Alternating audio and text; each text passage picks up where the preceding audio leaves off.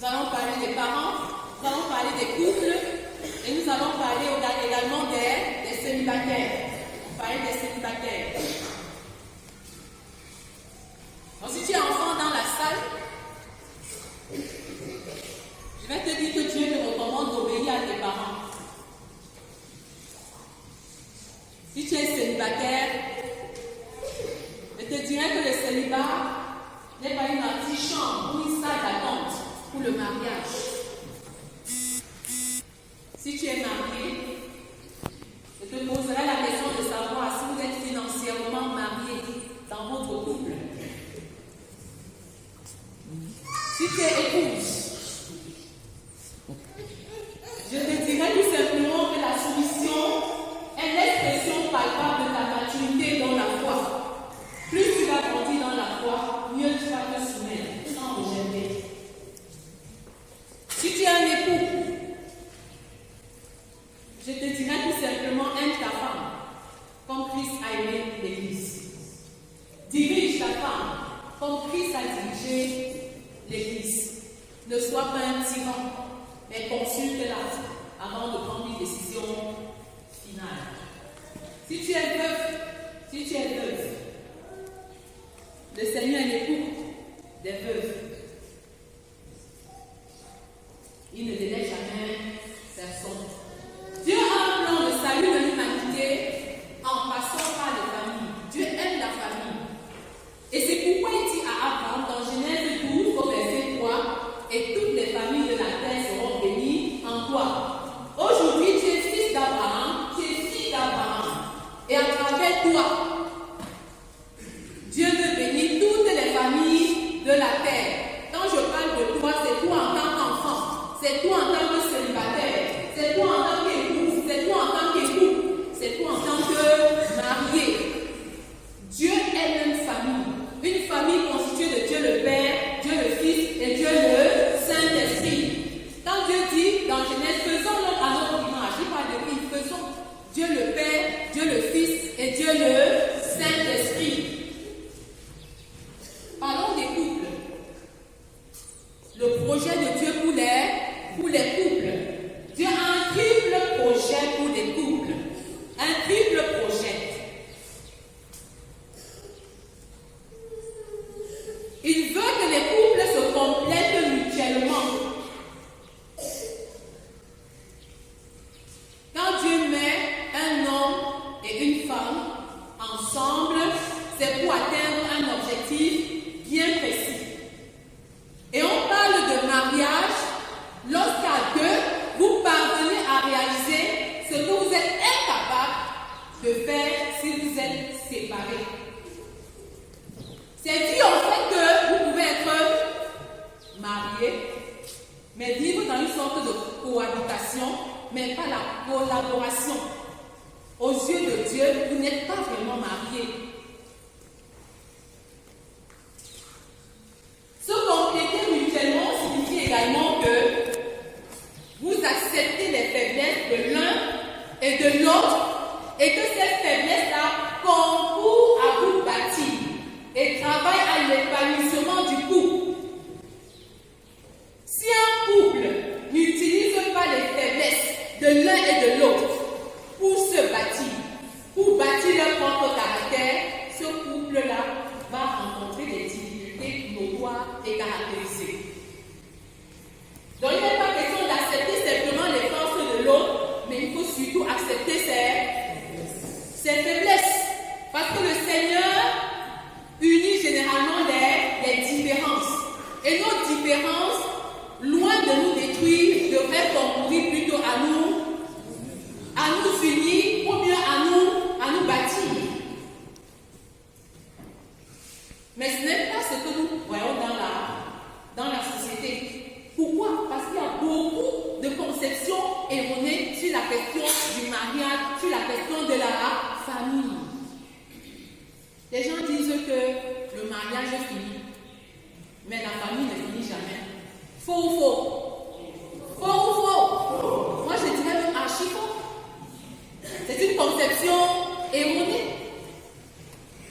Les militants disent que le mariage c'est la seule guerre où on dort avec son ennemi. C'est comme ça qu'ils ont défini le mariage. Vous voyez qu'en guerre, même, les ennemis ne dorment pas sur le même lit, n'est-ce pas? Non, on trouve que le mariage est la seule guerre où on dort avec son faux. Les mathématiciens sont allés plus loin. Ils disent que le mariage, c'est l'addition des problèmes. C'est la multiplication des responsabilités. C'est la division des biens et c'est la soustraction de la paix. Faux. Agis faux. Et je crois que les gens sont parvenus à définir le mariage ainsi parce que les chrétiens ne présentent pas le véritable modèle de mariage. On vous délivre les pieds allés et jamais les pieds. Ça veut dire que vous allez faire Tchak Yaoundé, mais vous n'allez jamais faire Yaoundé Tchak. Vous allez faire Bafoussam Yaoundé, mais vous n'allez jamais faire Yaoundé. Parce que c'est irréversible. N'osez pas prononcer le mot divorce. Ne n'allez pas demander d'être en séparation de corps ou d'être en instance de divorce, mais de ne jamais prononcer ce mot. Il y a cela 2 semaines, il y a un ami qui m'a appelé et qui me disait: je voudrais divorcer. Ma femme m'énerve, elle m'irrite, elle m'écoeure. Et elle m'a même déclaré hier que je ne peux pas être son amie. Vraiment, Naomi, au nom de ce qu'elle a dit, je crois que nous allons. C'est grave, n'est-ce pas? C'est un chrétien, c'est un enfant de Dieu et un responsable dans la maison de Dieu. C'est grave. Quel est le modèle que nous communiquons aux autres, à la communauté et à ceux qui ne connaissent pas Christ? Nous avons besoin de faire comment? De nous compléter et nos faiblesses doivent contribuer à nous bâtir et non pas à nous détruire. Parce que Dieu veut nous unir tout en sachant que nous sommes différents mais complémentaires. Nous sommes distincts mais complémentaires. Chacun jouant son rôle. Dieu est conscient de ça. Donc inutile de rejeter ton conjoint parce qu'il fait mal ou parce qu'elle fait mal. Au contraire, accepter une attitude d'acceptation inconditionnelle signifie que c'est même quand mon conjoint ou ma conjointe est désagréable que je fais quoi?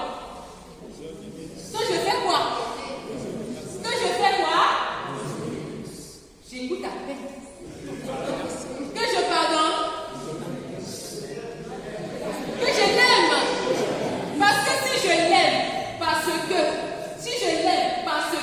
je n'ai absolument rien, j'ai besoin de l'aimer malgré ce qu'il est, malgré ce qu'elle est. Parce que l'amour se démontre. Et Romains 5:8, Dieu nous aime quand nous sommes mauvais. Dieu nous aime quand nous sommes pécheurs. Donc nous avons besoin de démontrer l'amour à notre conjoint quand il est désagréable. Quand elle est désagréable. Est-ce que c'est ce que nous vivons alors? Est-ce que c'est ce que nous vivons? Voilà. Se compléter est fondamental. Vous savez pourquoi? Dans Genèse 2, verset 15, Dieu dit à Adam de cultiver et de garder le jardin. Mais il se rend compte par la suite que Adam est seul et qu'il est même dans l'incapacité d'accomplir l'œuvre pour laquelle Dieu l'a créé. C'est pourquoi 2 versets plus tard, l'Éternel Dieu dit, 2 points, ouvrez les fenêtres. Il n'est pas bon que l'on soit seul. Point virgule. Je lui ferai une aide semblable à lui. Point fermé. Amen. Oui. C'est fondamental. C'est fondamental que nous soyons complémentaires parce que c'est ce que Dieu a voulu dès le départ. Et dans cette complémentarité, il est important que chacun occupe sa place. Il n'est pas bon qu'on offre de la condition féminine. On offre de ce que les femmes sont allées avec Dieu. On offre de ce que les femmes sont émancipées, qu'elles osent prendre la place du mari, même si les banquiers l'ont placée. Amen. Amen. Sa position est divine. C'est une nomination divine. Cela ne se négocie pas. Ah oui, et c'est pourquoi j'aime citer le texte de Proverbe 14, verset 1 qui dit: la femme sage bâtit sa maison, mais l'insensé la renverse de ses propres. Les diplômes ne bâtissent pas forcément un bon foyer. Nous avons besoin d'être complémentaires. Complémentaires. Le mari a le défi d'aimer sa femme, de la consulter avant de prendre une décision, de l'aider à accomplir le plan de Dieu dans sa vie, de fructifier les talents que Dieu a mis en son épouse. En retour, la femme a besoin d'être soumise, c'est-à-dire lui donner l'autorité, lui donner le pouvoir qu'il faut pour mener à bien cette mission divine. D'accord? Et vous vous rendez compte que lorsque Dieu dit à Adam de garder et de cultiver le jardin, Ève n'est pas là. Ève n'est pas encore là. Dieu envoie donc Adam en mission. Et quand Ève vient, elle est sous mission. Elle est sous la mission de Adam. C'est pourquoi une femme qui est sous la mission de son mari devrait être une femme sous mission. Cette fois-ci, sous mission en un seul. Est-ce que ça se comprend? Les femmes ont peur de la soumission. Même moi, j'ai eu peur de la soumission. Vous voyez un peu. Mais il est sage d'être soumise. Parce que tu es soumise par obéissance à Dieu. Et tu rendras compte à Dieu pour ta femme. Et non pas pour le mari. Tu rendras compte à Dieu pour ta soumission ou alors pour ton soumission. Parlons du deuxième objectif, du deuxième projet de Dieu pour les couples. Multiplier un héritage sain. J'ai été content de voir que notre thème de l'année, c'est Genèse 1, verset 28. Dieu les bénit et Dieu leur dit, soyez féconds, multipliez. J'ai aimé ça. Et quand je méditais ce verset, je me rendais compte que Dieu paye d'abord. Il donne le salaire avant d'envoyer au travail. Dieu les bénit et Dieu les dit, soyez. Il ne paye pas à la fin du mois. Il paye en début, avant de dire au. Et quand je réfléchissais sur la question, je me rendais compte qu'il y a aussi une analogie entre le mode de paiement salarial de Dieu et le mariage. Dieu te donne d'abord le diplôme du mariage avant de te dire, va maintenant vivre l'école du mariage. Vous voyez un peu ça? Ce n'est pas la fin du mariage qu'on te donne le diplôme. Dieu te bénit d'abord. Et dit que va vivre mon fils, va vivre ma fille. Parce qu'il te fait confiance. Dieu les bénit et Dieu leur dit, soyez. Oui! Vous voyez que dans nos écoles, c'est à la fin de l'année qu'on remet les diplômes, non? Mais ici, Dieu donne d'abord le diplôme. Il donne même d'abord le salaire. Il donne la commission avant d'aller en mission, d'envoyer en mission. Donc tu ne peux pas dire que je n'ai pas la capacité, je n'ai pas l'équipement pour être fécond.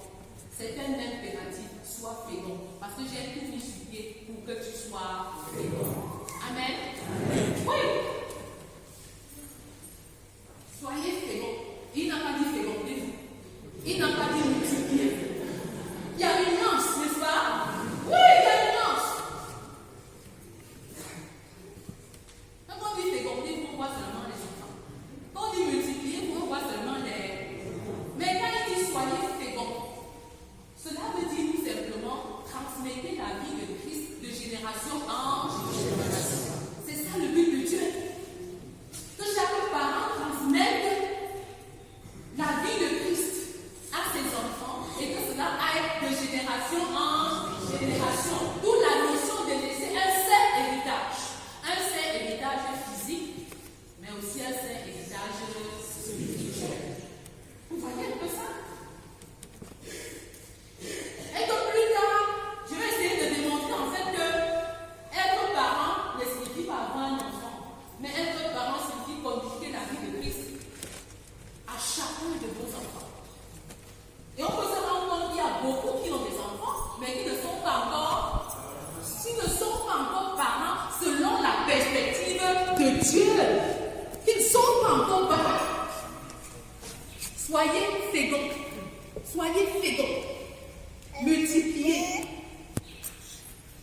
C'est-à-dire, comment est-ce que je peux faire de mes enfants biologiques que Dieu a donnés des disciples pour Christ? C'est de ça qu'il est question.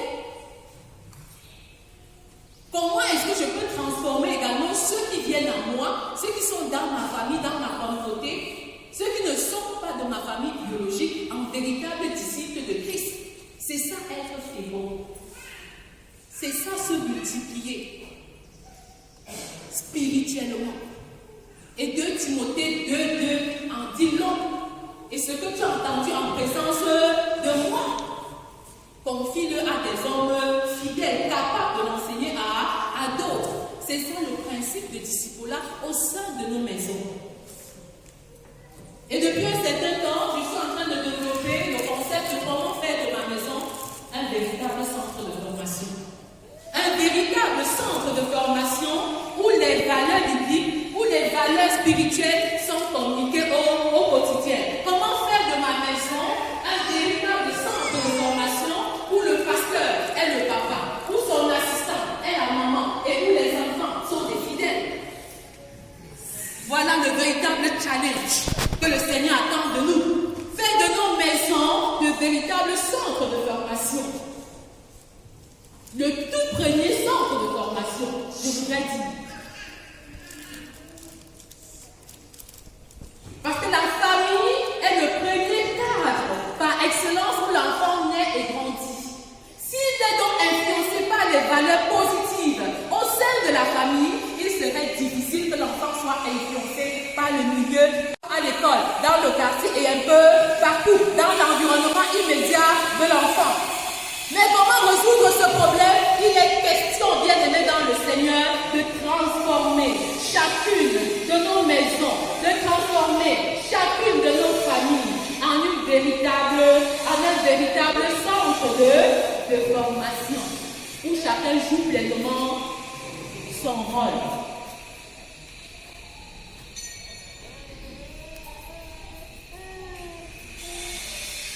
Le troisième objectif, le troisième projet de Dieu pour les familles, les couples en particulier, c'est que les couples reflètent l'image de Dieu. Vous voyez Dieu le Père, Dieu le Fils et Dieu le Saint-Esprit. Ils sont comment? Ils sont unis, ils sont un. Dieu voudrait que les couples soient unis et que rien ne les sépare. Qu'ils viennent de Dieu. Unis dans la pensée, unis dans les sentiments, dans chaque chose qu'ils réalisent. Mais nous allons nous rendre malheureusement compte que plusieurs couples ne sont pas unis. Vous voyez que les couples même sont isolés. Ils sont isolés. Et pour justifier leur médiocrité, ils créent un verset biblique qui n'existe pas du tout dans la Bible. Il vaut mieux être seul que d'être il vaut mieux être seul que d'être archi fort. Tu aurais pu penser à ça dans ton séminaire. Ce n'est pas quand tu as des problèmes dans ton mariage là, que tu commences à dire qu'il vaut mieux être. Vous commencez à faire comme séparé, quelle vie séparée. Ou bien si tu avais un mari comme le mien, il y a 190, 190. Chacun se touche un peu de son côté comme ça et le monde n'en passe pas au milieu. En fait, vous êtes divorcés. Vous n'avez pas simplement le courage d'aller là-bas et de rendre la chose officielle. Vous voyez, les couples ne sont pas unis. Et lorsque les couples ne sont pas unis, ils ternissent la réputation de Dieu. Ils ternissent l'image de Dieu. C'est ça qui est grave. Parce que le Seigneur dit dans Genèse 1, verset 27, qu'il nous a créés à son image et à sa... Parce que tel qu'on devrait voir les chrétiens dire, voilà comment Dieu veut qu'on vive. C'est-à-dire, à voir les couples chrétiens vivre, les gens devraient donner leur vie à Christ. Mais est-ce que c'est le cas? Non. Les couples sont isolés. Les couples ne sont pas unanimes. Pour la petite éducation de l'enfant, le père regarde à gauche, la mère regarde à droite. Ce n'est pas ce que Dieu attend. Et ce qui est curieux, c'est que tous désirent que l'enfant réussisse. Mais ignorent en fait que pour que l'enfant réussisse, il faut qu'il y ait l'harmonie entre le couple. Il y a un rapport étroit entre l'harmonie dans le couple, l'harmonie au sein du couple et la réussite des enfants selon la perspective divine.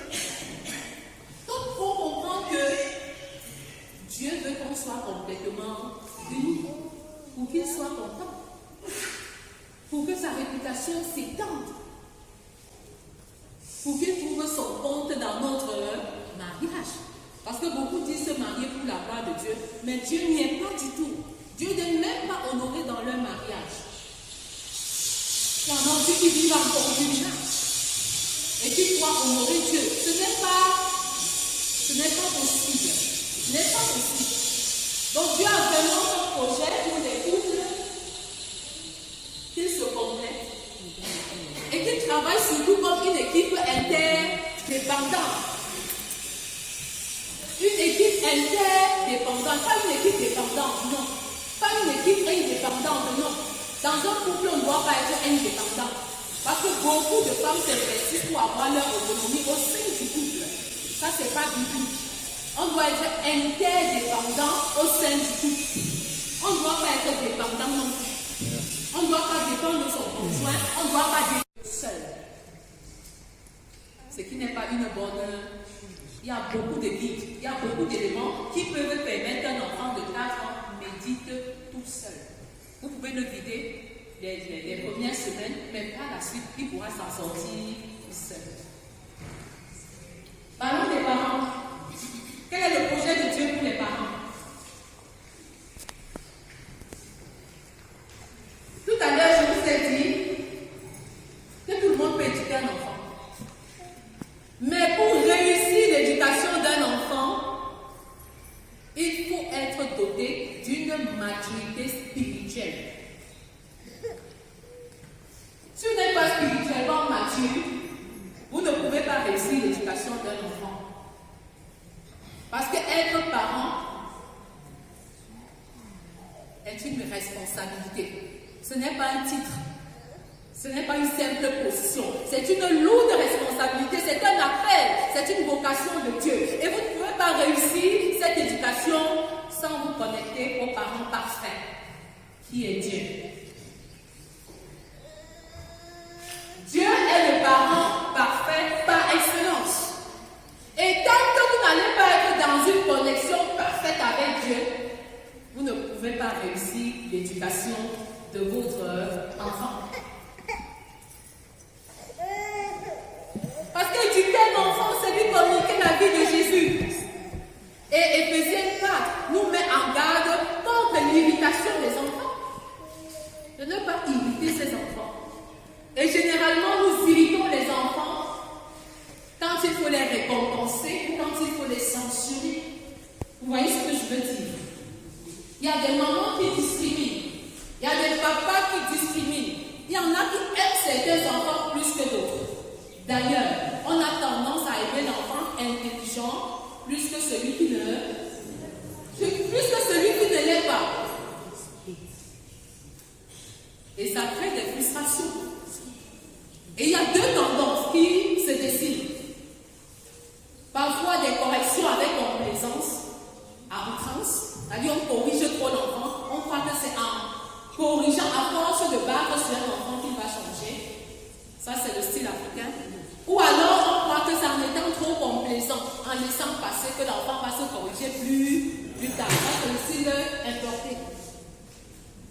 Que ce soit la première tendance qui consiste à trop corriger l'enfant, ou la seconde tendance qui consiste à beaucoup laisser l'enfant, vous ne pouvez pas réussir.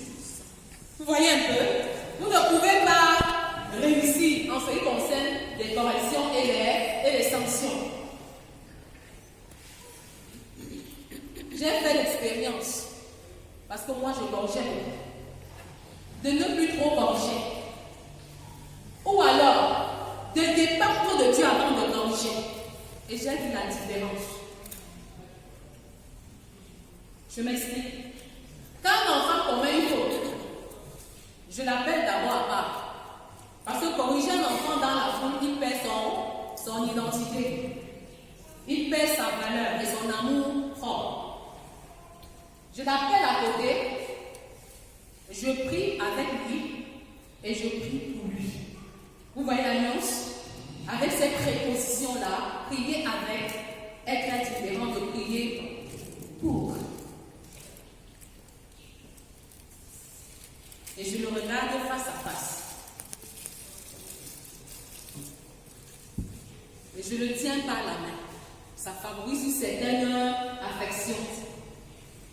Parce que les mamans sont devenues trop rares à la maison aujourd'hui. Le laps de temps qu'on passe à la maison, il faut le valoriser à bon escient.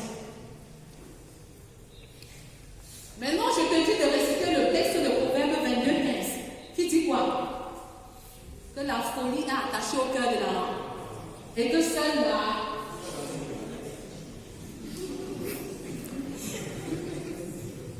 Donc, quand toi-même tu récites ça, tu sais déjà ce à quoi tu t'as. Et je te dis que quand tu commets cette faute, tu es comme le fou qui marche sans caleçon dehors là. Et donc le fouet, s'il veut t'aider à enlever la folie là de ta. Et ce qui se passe souvent, c'est qu'on punit sans expliquer à l'enfant. Il se révolte, il se rebelle et on se plaint par la suite. Pourtant l'enfant n'avait même pas compris les enjeux de la correction. Il n'avait pas compris pourquoi est-ce qu'on le fouet. C'est fondamental de corriger un enfant sans être sous le poids de la colère. Si tu es en colère, ne tape pas.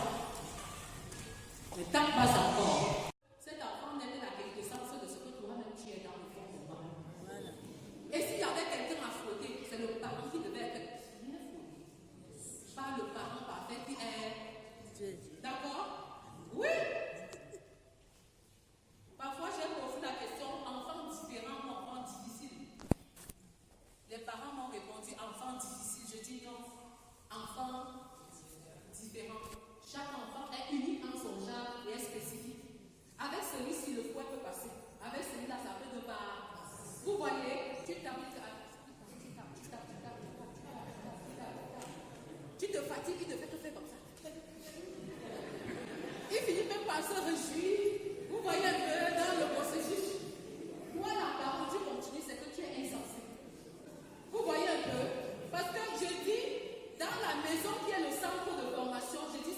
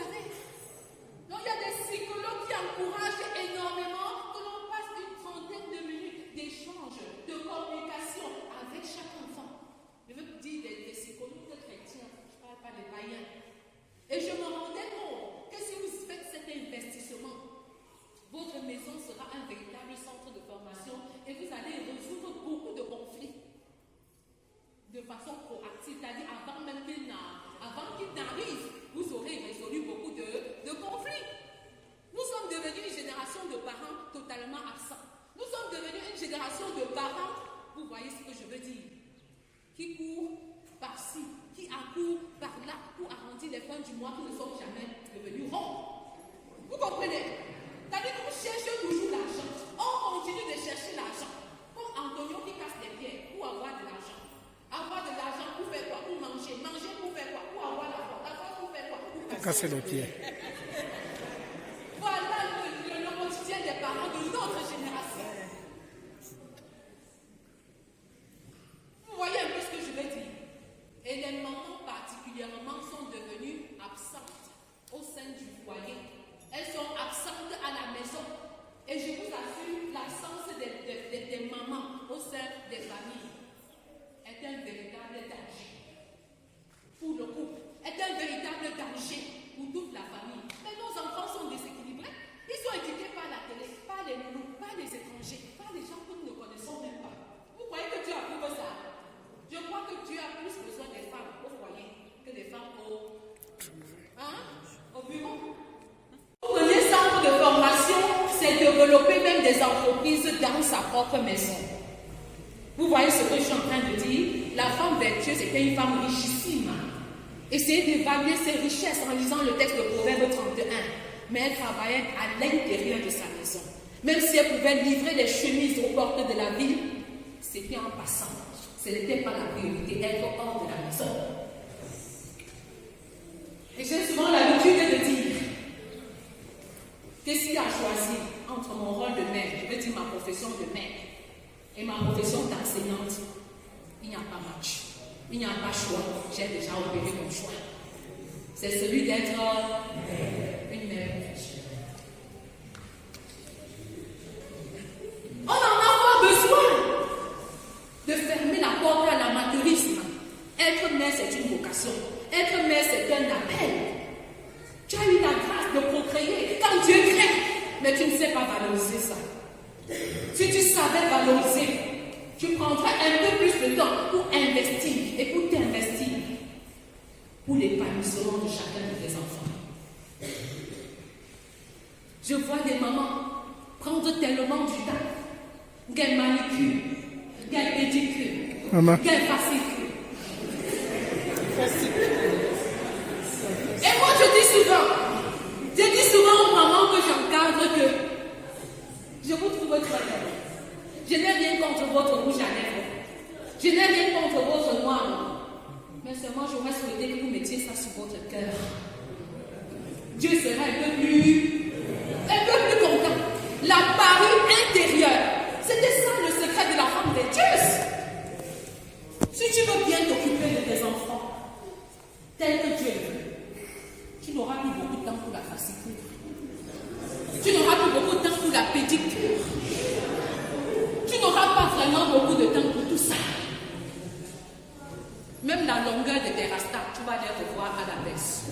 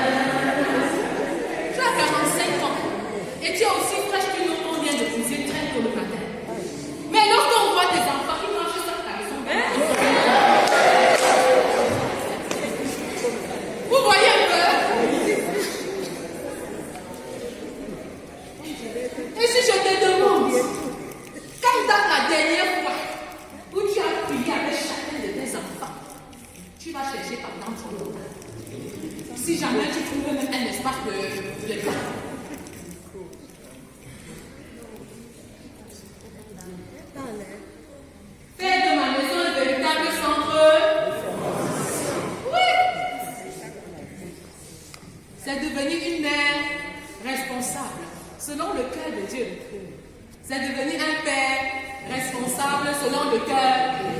Quand je parle, les papas applaudissent là-bas derrière comme si leur père ne venait pas. C'est parents là.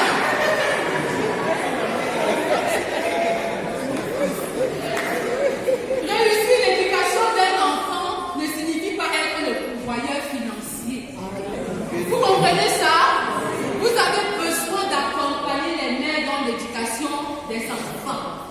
Parce que la maman, elle travaille avec une perspective féminine et le papa travaille avec une perspective masculine. Les deux concourent à faire de l'enfant un être équilibré. Équilibré dans la douceur et dans l'autorité parentale. Et non pas faire des enfants des êtres dépendants toute la vie. Parce qu'étant éduqué par la mère qui est toujours là. Et le père, quand il a payé la pension, quand il a donné l'argent des beignets, il dit que j'ai tout fait. Et parfois, il conclut en disant que j'ai tout fait, mais les enfants n'ont pas réussi. Est-ce que ça n'a tout fait? Si tu avais tout fait, l'esprit aurait réussi. Si tu as tout fait, ils n'ont pas réussi. Ça veut dire qu'il y a quelque chose d'essentiel qui manque. C'est fondamental. Et parfois, pour se justifier, on dit qu'on a tout seulement le cœur de l'enfant. On a tout seulement l'enfant. N'est-ce pas son cœur est d'un enfant? Donc tu as aussi accouché son cœur, non? Oui. Donc tu ne peux pas te justifier comme ça.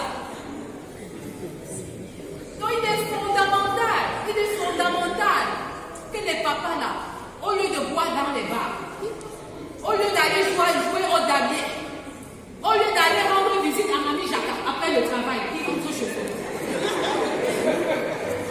Ils rentrent où? Chez eux. Et quand les enfants seront conscients qu'à tel papa est déjà à la maison, eux-mêmes ils vont se ranger. Certains enfants échouent simplement à cause de l'absence d'autorité parentale. Est-ce que les parents l'ont écouté?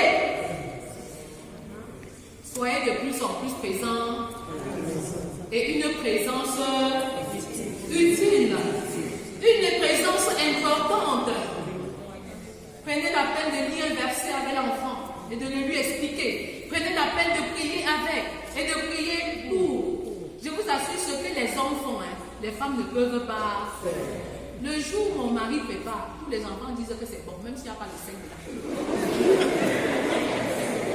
Pourquoi? Parce que c'est papa qui a. Les hommes l'ont essayé, vous allez voir. Le jour là où le monde mange en faisant des commentaires. Faites un tour à la cuisine et vous verrez la suite. C'est fondamental. Le projet de Dieu pour les familles. Dieu aime la famille. Parce que Dieu lui-même est famille. Romains 8, 29.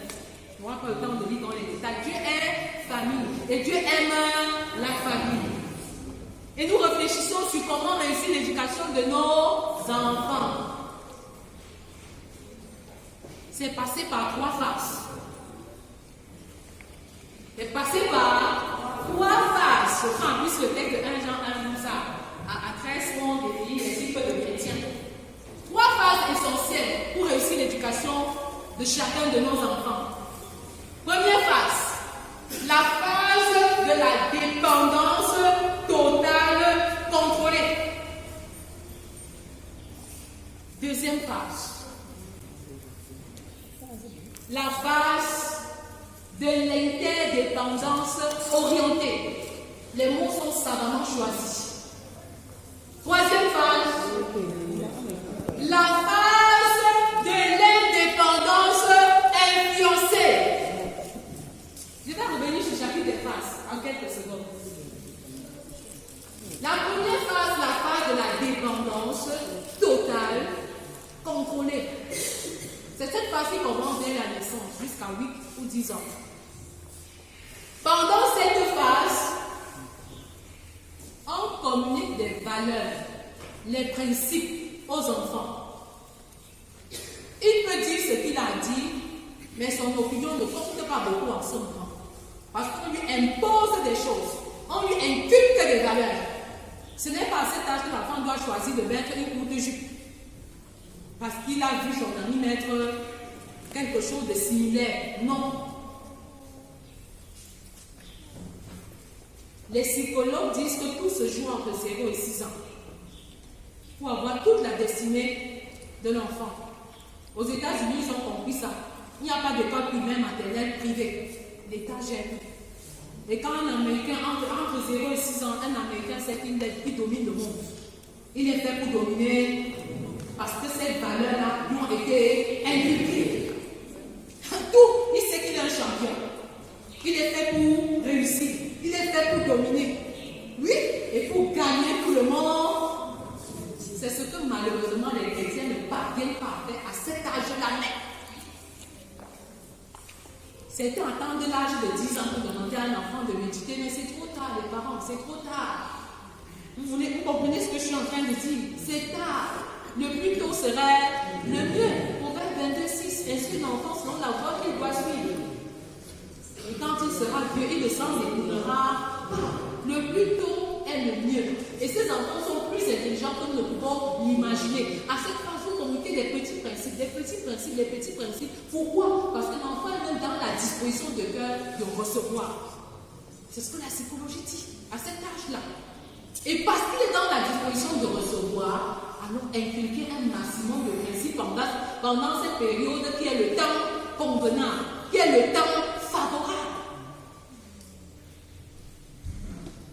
C'est pourquoi je parle de la dépendance totale contrôlée. D'où la nécessité de la présence du Père, de la présence de la Mère, tous ensemble, unanimes, regardant ensemble dans la même... L'enfant suit naturellement. C'est pourquoi il est conseillé de prier avec l'enfant, même quand il est encore dans le sein maternel. Et c'est pourquoi il est bon de prophétiser sur la vie de ses propres enfants. Je vois aussi les parents chrétiens qui insultent les enfants, qui regardent sa tête. Il est noir comme son père. Ça sent d'où? C'est un verset biblique. Ce n'est même pas un verset biblique. C'est archi faux ça, c'est archi faux. Mais fais des prophéties. Même si ton enfant est gagné de la tête, dis-lui que c'est lui le champion. C'est lui le plus fort. Et il finira par devenir le plus fort. Parce que vous avez proclamé ça. Parce que vous avez dit ça. Et vos paroles sont des décrets. Mais combien sont des parents qui font des prophéties sur leurs enfants ici? Il n'y en a pas au quotidien. Au quotidien. Et j'encourageais les jeunes que nous accompagnons généralement au mariage. Lorsque l'enfant naît de faire une prophétie, même si le mari ne parvient pas à entrer dans la chambre d'accouchement, là, comment on dit ça, dans la salle d'accouchement. Hein? Oui, c'est micro, il me dérange un peu. Donc en fait, même si les parents, même si le papa ne peut pas entrer dans la salle d'accouchement, dès qu'il entend le premier cri là, il proclame des choses. Il sait des choses, il consacre des choses à l'éternel. Ça c'est fondamental. Quand vous ne le faites pas, l'ennemi lui le fait. Il récupère cet enfant, il en fait un véritable argent. Après, il va dire que cet enfant peut le tuer. Dieu ne va s'envoyer un enfant pour le tuer. C'est pour le bénir. Et il a beaucoup d'éléments dans les phases de développement de l'enfant. Et à chaque phase correspond un ensemble de choses qu'il faut faire ou qu'il faut éviter de faire. La deuxième phase, qui commence à partir de 10 ans jusqu'à 16, 17 ans, c'est la phase d'interdépendance orientée. Vous voyez, c'est très important. Orientée. Et dans ce moment, l'enfant à 10 ans peut déjà avoir nos limites en tant que parent. Il peut déjà avoir nos défauts. Et du coup, il faut le faire asseoir et changer avec lui sur les principes qui ont été communiqués dans la phase précédente. Pour voir juste où l'enfant s'approprie des différents principes qui ont été communiqués. Ce n'est pas un livre seulement imposé pour imposer. Donner la possibilité à l'enfant de s'exprimer. Et ensemble, vous allez chercher les pourquoi et les comment. Vous voyez, on demande à l'enfant d'être sexuellement abstinent. Mais dis-lui pourquoi c'est bon d'être abstinent. À 10 ans, c'est déjà bon de le savoir. Mais 8 ans, c'est déjà bon. Que voici les avantages, voici les atouts si tu gardes ton corps pur. Voici les inconvénients. Et du coup, apprendre aussi à récompenser les enfants. Parce que je me rends compte que chez nous, on publie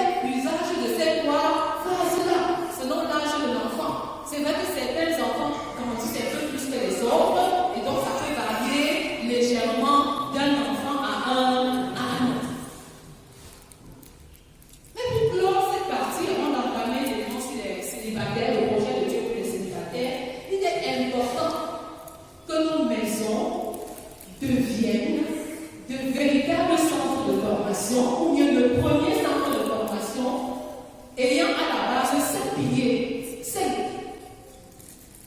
Le premier pilier étant le fondement sur Jésus-Christ.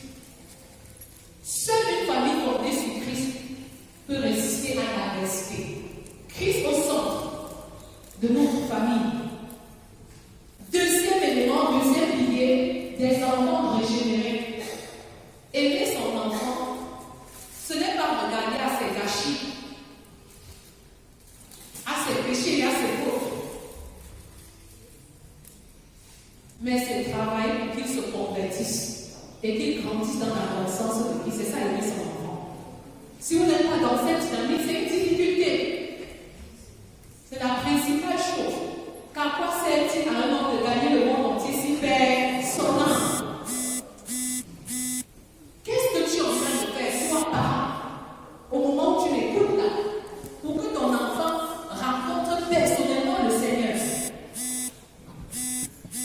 Et s'il a rencontré le Christ, pour qu'il le croisse. Comme 3 Jean 2 nous le dit, je souhaite bien aimer que tu sois en bonne santé et que tu prospères en prospérita de ton âme. Parce que la prospérité est d'abord spirituelle avant d'être matérielle. Troisième chose fondamentale, le don de soi à Christ. Je vous exhorte donc, frères, par les compassions de Christ, à offrir vos corps comme un sacrifice vivant, saint, agréable à Dieu. Ce qui sera de votre part un culte raisonnable. Le culte raisonnable, c'est le don de soi. Avant de faire le don des biens, avant de donner le matériel, il faut d'abord se donner en tant que membre de la famille à Dieu.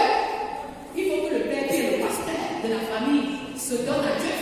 Il faut que la mère qui est l'assistante du pasteur se donne à Dieu. Il faut que les enfants qui sont les fidèles de votre centre de formation se donnent à... C'est ça le culte raisonnable. Quatrième chose, un hôtel familial rempli du Saint-Esprit en permanence. Un hôtel familial où on prie, où on médite, où on étudie la Bible, où on intercède. C'est pourquoi je parle d'un hôtel familial rempli de la puissance du Saint-Esprit qui nous dirige, qui nous contrôle, qui nous conduit dans toute la vérité. Et en cinquième lieu, en pilier, l'unité. L'unité en famille est fondamentale. Tout comme la famille de Dieu est unie, Dieu le Père, Dieu le Fils, Dieu le Saint-Esprit, il faut que nos familles soient. On n'accepte plus la discorde, la mésentente, la zizanie au sein de la famille. En terre, ça ici. Avant d'arriver à la maison, que le pardon submerge et abonde.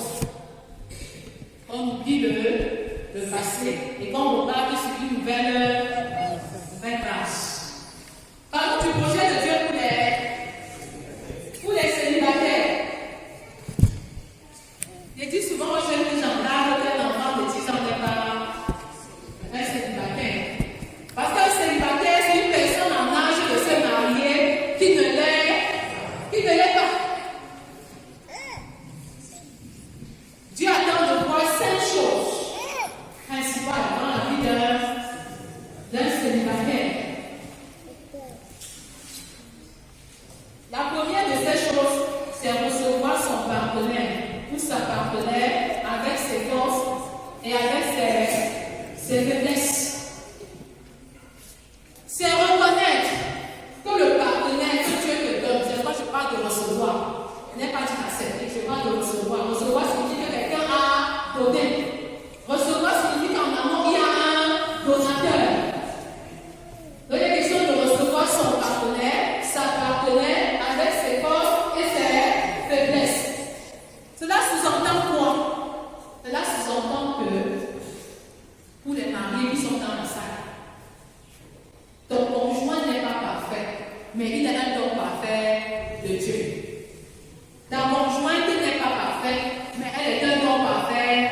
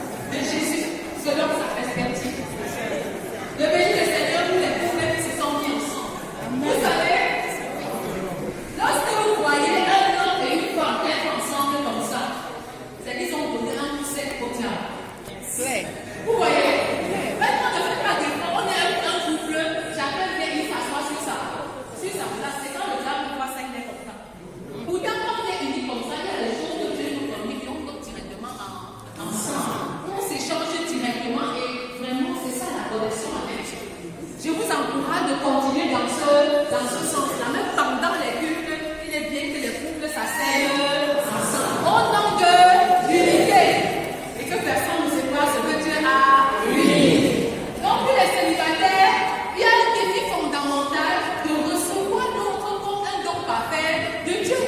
Et j'aime beaucoup ça. Vous savez pourquoi? Parce que quand Dieu donne Ève à Adam, il dit voici l'os de mes os et la chair de ma chair. Est-ce qu'il a eu le temps de connaître Ève? Non. Est-ce qu'il a eu le temps d'étudier Ève? Non. Mais pourquoi alors il est si excité? Pourquoi il est si convaincu? Il croyait, le secret d'Adam le disait dans quoi? Il croyait à l'intégrité de Dieu, qui est le donateur. Il n'a pas mis sa confiance en son épouse. Parce que Jérémie 17,5 dit que malheur à l'homme qui se confie à l'homme. Et je profite souvent de cette occasion pour dire en fait qu'il n'y a pas un seul homme sur la terre qui puisse rendre une femme heureuse. Et il n'y a pas une seule femme qui existe sur la terre qui puisse rendre un homme heureux.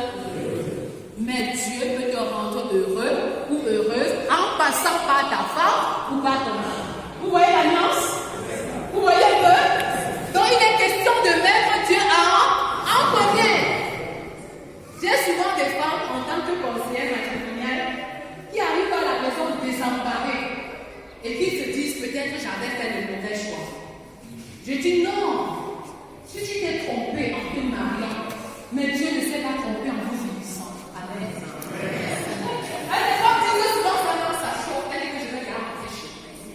Et les filles ce n'est pas le moment de rentrer, c'est le moment de bien s'asseoir et de bien vivre. On comprend un peu. Quand c'est bien comme ça chez moi avec le sac bobo, pour prendre la direction de la maison, elle cherche seulement les témoins. Pour confirmer leur action. Elle dit que je n'approuve pas ça.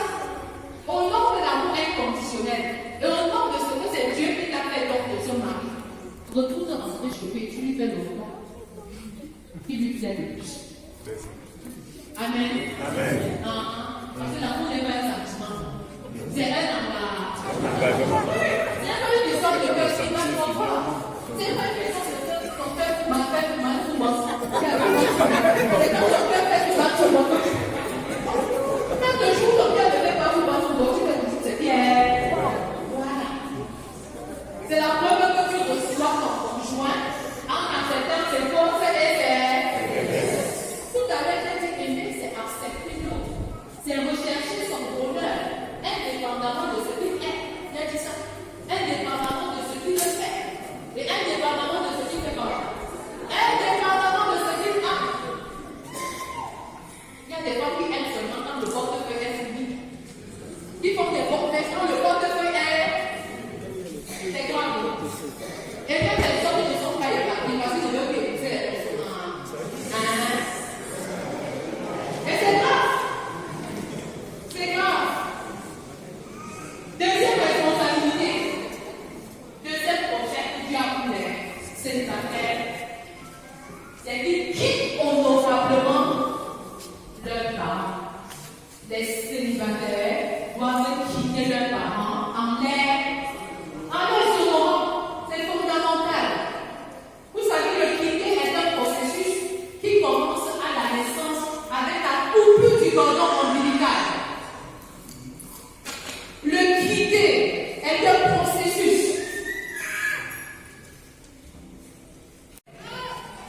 Si vous n'êtes pas quitté, si vous êtes marié et vous n'êtes pas quitté, la conséquence est que vous n'êtes ni marié, ni. Non. Il faut trouver un mot plus fort. Vous n'êtes ni marié, ni.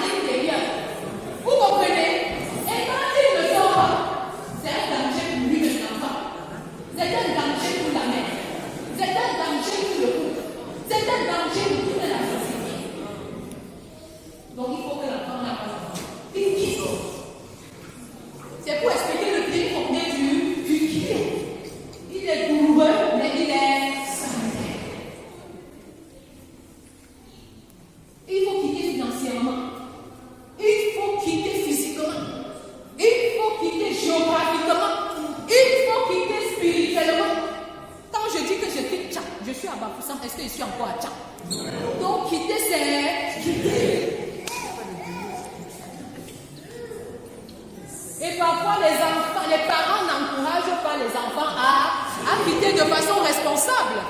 Vous ne pouvez pas avoir le contrôle sur votre fille alors qu'elle est dans son foyer. Vous ne pouvez pas oser lui dire que ton travail, c'est ton premier salaire. Mon Dieu, les mamans, arrêtez de dire ça. Arrêtez ce vacarme-là. Comment vous pouvez comparer une personne à une chose?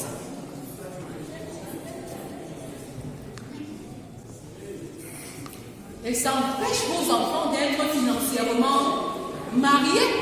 Parce qu'en y allant, vous dites, sois sage, ne lui montre pas tout. Elle ne lui montre pas tout comment.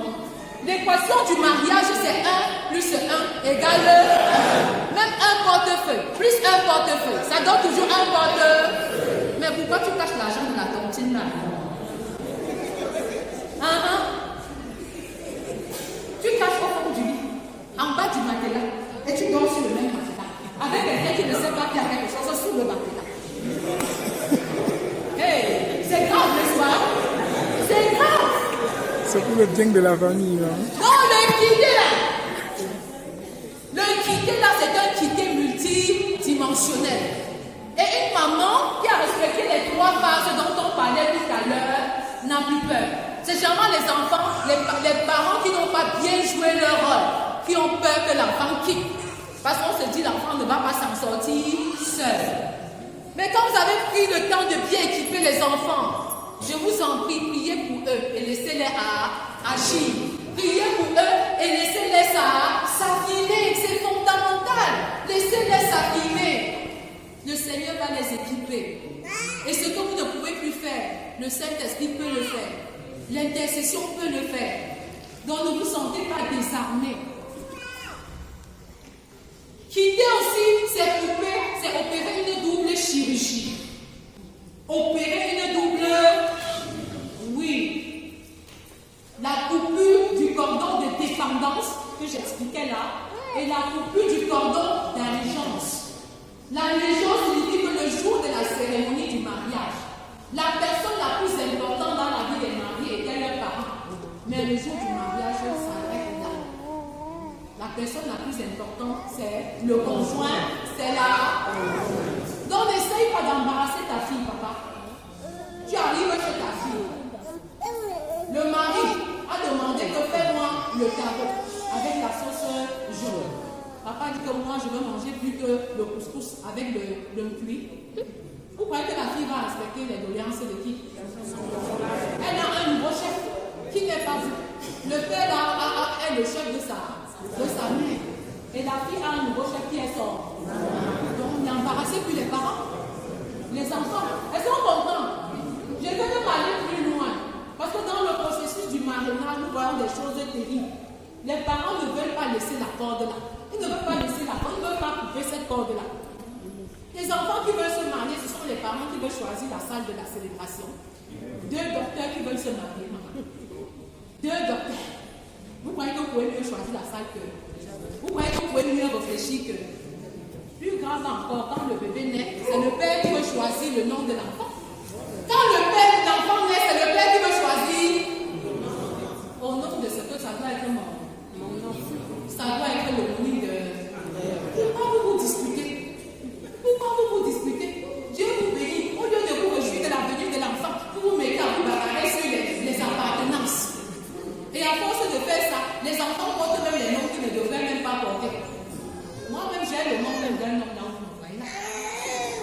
Parce que ce que dans notre époque, c'était un pour moi. Un pour toi. Un pour toi.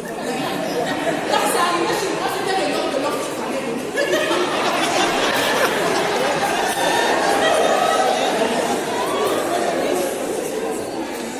Du coup, tu vois un enfant de sexe féminin que la mère appelle comme mon père. Ma mère appelait comme mon père. Donc, je suis comme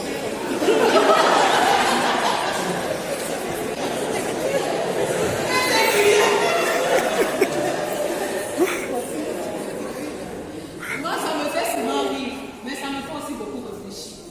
Vous comprenez ça? Ça me fait beaucoup réfléchir parce qu'en fait, il faut faire très attention sur le nom que porte un enfant. Parce que le nom de l'enfant, c'est son identité, ou mieux, c'est même sa destinée. Et dans le cadre de notre groupe,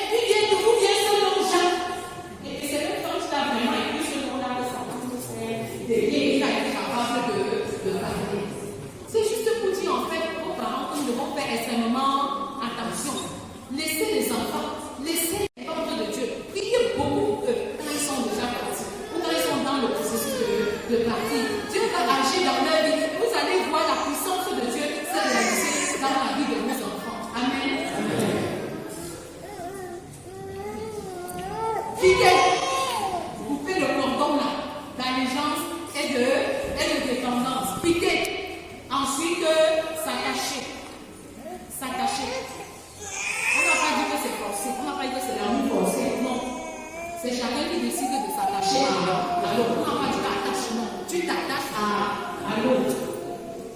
Tu décides de devenir un avec l'autre. C'est s'attacher et ensuite devenir une seule. Et devenir une seule. La carte m'a lâché, dit que c'est plein. Mais si tu ne cliques pas, tu ne peux pas bien t'attacher. Ou bien t'attacher à ton mari, il faut bien quitter tes parents. Ou bien t'attacher à ta femme, il faut bien quitter tes parents. Tu ne peux pas vivre étant uni à ton mari tant que tu as le contrôle de tes parents. Et je dis qu'il y a des parents qui veulent davantage contrôler la vie conjugale de leurs enfants, même à distance. Moi, j'ai eu cette expérience-là. Ma belle-mère voulait contrôler notre couple. Vous voyez un peu, elle voulait s'imposer. Et elle voulait passer par son fils pour communiquer comment les choses devraient se passer dans notre maison. Bon, ce qui nous a sauvé, c'est que moi, on était unanimes. Quand elle était dans l'incapacité de le faire, elle nous a envoyé un enfant. Et l'enfant était plutôt un missionnaire, pour ne pas dire un missionnaire de l'ennemi, quoi, qui devait réaliser ses desseins. Dans l'incapacité de réaliser ses desseins par elle-même, elle devait passer par l'enfant ou le. Oui, je m'adresse comme ça au moment de poste. Parce que vous avez toujours comme impression que quand un enfant se marie, il faut qu'il tienne la main de son petit frère. Pas forcément. Ce n'est pas forcément nécessaire. Le jeune couple n'a pas besoin de l'adoption. Ils peuvent le faire plus tard. Ils ont besoin de se connaître d'abord à deux. Vous voyez, un jeune couple arrive à la maison. Quand le mari veut même apprendre à faire la bise à sa femme, il voit les choses qui le regardent.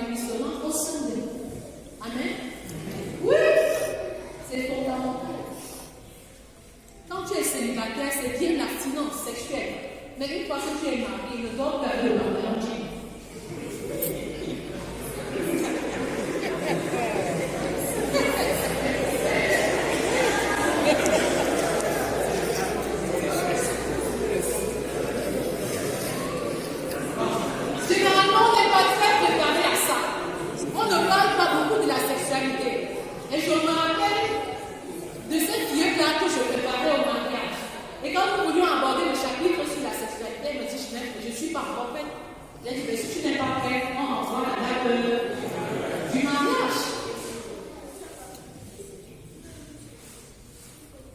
Les parents trouvent que le sexe est un tabou. Ce n'est pas juste qu'il faut parler de la sexualité avec les enfants. Et on ne devrait pas avoir honte de parler des choses que Dieu a créées. C'est Dieu qui a créé le sexe. Si nous disons chasteté ou abstinence sexuelle avant le mariage, dans le mariage, l'intimité sexuelle est un cadre approprié. C'est le cadre approprié, c'est le cadre par excellence où l'intimité sexuelle doit avoir lieu. Est-ce qu'on est d'accord pour ça? La dernière responsabilité, le dernier projet de Dieu pour les jeunes, c'est d'être rempli du Saint-Esprit. Vous avez besoin d'être rempli du Saint-Esprit pour discerner. Si vous n'avez pas le don du célibat, tous les jeunes ne sont pas faits pour le mariage. Il y en a qui sont faits pour le célibat. Jésus n'était pas marié, Paul n'était pas marié, Jésus n'était pas marié. Il y en a qui ont un appel à demeurer dans le célibat. Donc vous avez besoin de poser la question, dois-je me marier, avant de poser la question, avec qui me marierai-je? Et seule la puissance du Saint-Esprit peut vous orienter à coup sûr dans une bonne direction. Quand vous êtes rempli du Saint-Esprit, il vous guide. Quand vous êtes rempli du Saint-Esprit, il vous équipe. Quand vous êtes rempli du Saint-Esprit, vous êtes convaincu que votre choix est le choix de Dieu. Et pour être rempli du Saint-Esprit, vous devez vous assurer qu'il n'y a pas de péché non confessé dans votre vie. Vous êtes dans une bonne communion avec Dieu et que les choses se passent dans de bonnes. Je vais clore avec 2 versets d'encouragement. Le premier verset, c'est Galates 2:20 qui dit: j'ai été crucifié avec Christ, et si je vis, ce n'est plus moi qui vis, c'est Christ qui vit en moi. Si je vis maintenant dans la chair, je vis dans la foi au Fils de Dieu qui m'a aimé et qui s'est livré lui-même pour moi. Tu as besoin de dire cela en contextualisant, en t'appropriant le verset. Tu as besoin de dire que je suis mort. Je suis mort. Et si je vis, c'est Christ qui vit en moi. Parce que le mariage, c'est le cimetière du moi pour donner la place au nous. Le mariage, c'est le principe de qui perd gagne. Si tu crois que tu perds, tu le perds au nom de Jésus. Il le fera gagner. Amen. Ne sois pas découragé. Le principe de Dieu, c'est le qui perd gagne. On va te dire tu es faible, tu es mou, ta femme te commande. Mais joue au jeu du qui perd gagne. Tu vas perdre aux yeux des hommes, mais tu vas gagner aux yeux de Dieu. Mais je te conseille de mourir en toi-même. Dépouille-toi de toi-même. Descends du haut de ton piédestal où tu es. Et je me rappelle du témoin de cet homme qui disait: non, oui, je suis prête à m'en coucher. Et ma femme marche sur moi, pourvu que mon couple marche comme Dieu le veut. Comme Dieu le veut. Je te conseille de mourir avec Christ pour que ton mariage fonctionne comme Dieu le veut. Et depuis que je te conseille de mourir en toi-même, afin que ton célibat soit un célibat selon le cœur de Dieu. Le deuxième verset que je vais donner, qui est une promesse et qui est une sorte d'encouragement, c'est 1 Thessaloniciens 5, verset 24, qui dit ceci: celui qui vous a appelé est fidèle, et c'est lui qui le fera. C'est Christ qui t'a appelé au célibat pour le moment. C'est lui qui le fera. Laisse-le faire. C'est Christ qui t'a appelé au mariage pour le moment. Il le fera. C'est Christ qui t'a appelé à être l'époux pour le moment. Laisse-le faire et il le fera. C'est lui qui t'a appelé à être l'épouse. Laisse-le faire et il le fera. C'est lui qui t'a appelé à être père. Laisse-le faire et il le fera. C'est lui qui t'a appelé à être mère. Laisse-le faire et il le fera. C'est lui qui t'a appelé à être enfant. Laisse-le faire et il le fera. C'est lui qui t'a appelé au veuvage. Laisse-le